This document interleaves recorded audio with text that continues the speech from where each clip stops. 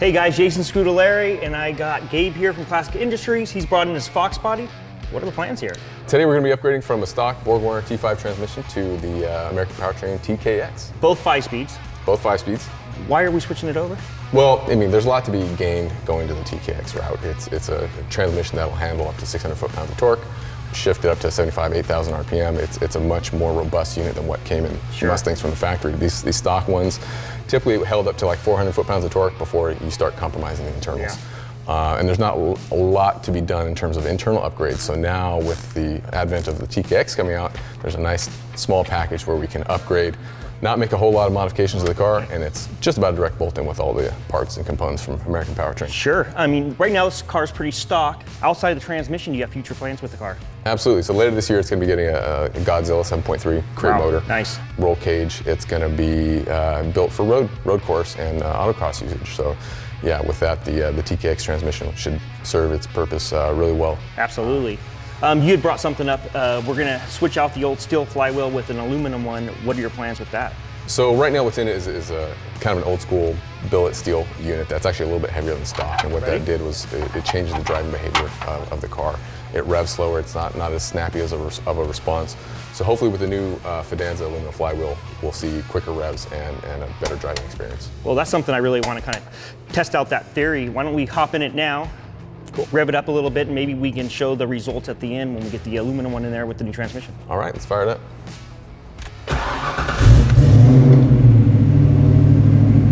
All right, so here we're idling about 950, and just a little blip of the throttle. Yeah, even that come down from the RPM. Yes, it hangs. I think it's the inertia that's in the flywheel, and it just wants to stay in motion instead of coming down. Well, you should probably get it up on the lift and get this thing torn apart. All right, let's go on.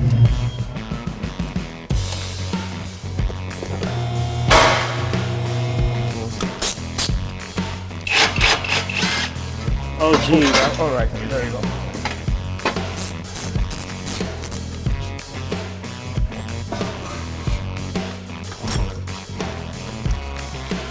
So what we did was we unbolted the starter. Now we have full access to the trans bell housing, and we can start working on the trans cross member.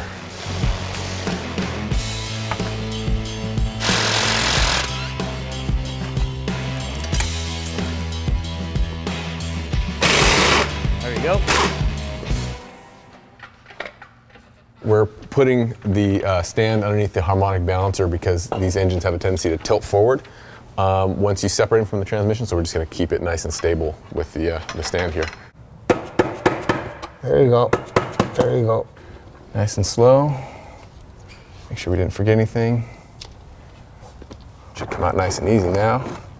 Thank you for your service.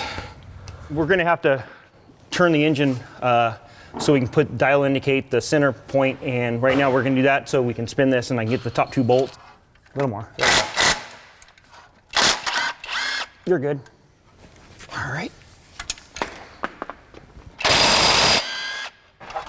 That and the cover, we're going to keep the cover. Yep. So we're going to go ahead and compare the 2 flywheels. Here's the one we took off, the steel one, 24.7. Let's check out the aluminum one. 11 pounds even. Ooh.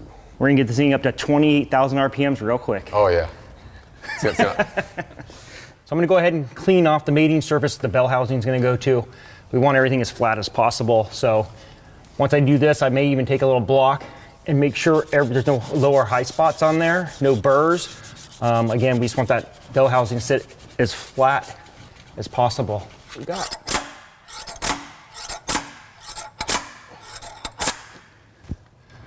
Well, pretty sure it wasn't supposed to do that, but when you got rookies like myself, you got to go to the pros, and we got a transmission shop 2 doors down.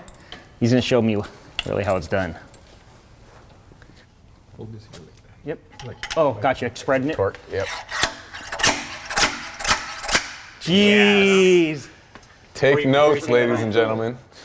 Now what I'm installing is the 50-ounce imbalance weight, which is appropriate for the Roller 5.0 302 motors that came in these cars.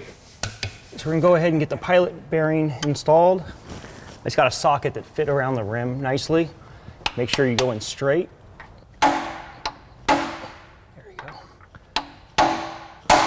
Oh, there. That felt solid. Yeah, you hear it. There you go. Oh, that thing's silver. Look at that. I thought it was black. We had it chromed.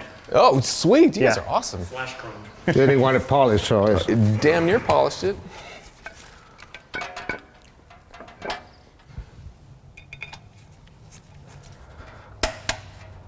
All right, so with the flywheel on there, we'll go ahead and bolt the bell housing down with at least 4 of the bolts. And once we do that, we can go ahead and take the dial indicator and check our tolerances. Stop. Okay. So we have the magnetic dial indicator base now securely mounted to the flywheel bolts. And that gives us a nice secure mounting point for our dial indicator. At this point, what we're doing is we're checking to make sure this hole here is machined within 5 thousandths of a tolerance. What that does is prevents there being any undue load on the input shaft of the transmission. So what we need to do is check at 4 points, 12 o'clock, 3 o'clock, 6 o'clock, 9 o'clock, and see what our lateral runout is. So now we have all our values. You subtract the smaller number from the bigger number on each axis. So we're in 1,000th tolerance. Yep. And you got to make sure these are both positives, because if this is a +6 and a -7, that's going to throw things way off. But these are both positive numbers. So yeah, we're within 1,000ths. We wanted to be within 5,000ths, which is still pretty tight tolerances. But with the 1,000, I mean, it's almost dead nuts perfect. Yeah, can't ask for a better fit. So Yeah. we're in good shape. Now that everything's been checked out and we know we're good to go as far as putting the transmission in, we're just gonna pull the bell housing back off. We can install the clutch, torque it all down, put the bell housing back on, the 6 bolts. So what I'm gonna do is measure the distance between the bell housing and the fingers on the pressure plate, and then we'll go over the transmission. We want an air gap between 140 to 175, somewhere in there. I like to use something that we can lock it down. This will actually go across 3 of the fingers on the pressure plate. Make sure everything is nice and square. Once we get that, I can lock it down. From here to here is now our distance between the face of our bell housing to our pressure plate. Then I'll bring it over the transmission. Right now we've already adjusted everything. So we had the shims out. With all the shims in there, we are out here.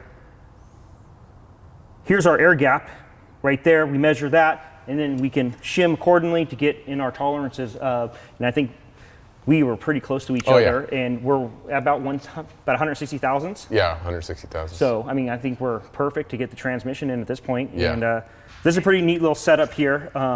It actually has a set screw in it, so you get the position you're gonna want it. You can put your shims on, you slide your throw bearing on, and it's got a notch here.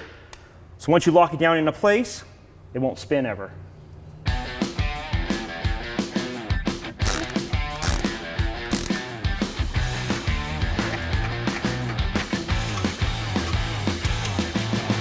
Okay, come in a little. There you go, hold on, let me get it over the pin. Go up a little. There you go. Okay, you're on.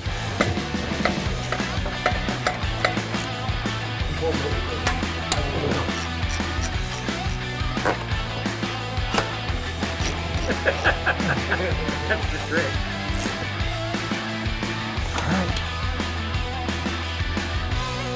All right, so we're gonna take the car off the lift and roll it forward. Gabe's gonna get under the dash and put the pedal in, which has the hydraulics on it. While he's doing that, we're gonna put the new U-joints and yoke on the drive shaft, and we're gonna put it back on the lift anyway to bleed out the system. So at that point, we'll put the exhaust back on the drive shaft, bleed it out, and go from there. So we are gonna heat the rod up so we can burn a little hole through the rubber. We gotta bring the hydraulic lines up and through that, one for the reservoir, one's gonna be for the clutch itself. sideways.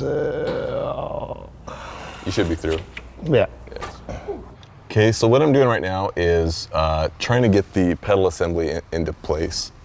We punched a hole through the grommet where the main wires goes through, and we've run the line. So now I'm just trying to get that hose up through the grommet so I can kind of make room for the pedal and get it in close to where its final location is going to be. I just made a quick bracket here. I'm going to bolt it down and then test the hood to make sure it clears. If it does, we'll hook the hose up, and at a later date, at least he has a good template to make something nice.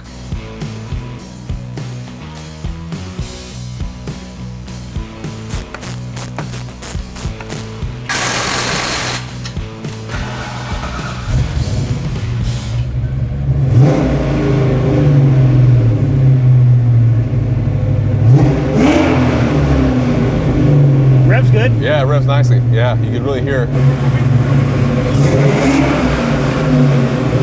How's it engage? Let's see. Well, we got all 5 gears and a reverse, so Nice. seems to work. Well, all that's left is for you to get out there and see how it feels. Yeah, can't wait to see how it runs, how it drives. Awesome.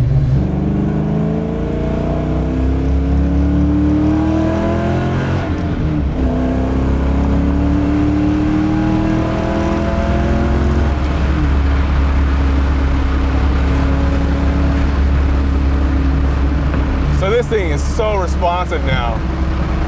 The old Flywheel was maybe 2 pounds or so heavier than stock, but we've cut that mass down in half from 24 pounds to about 12 pounds.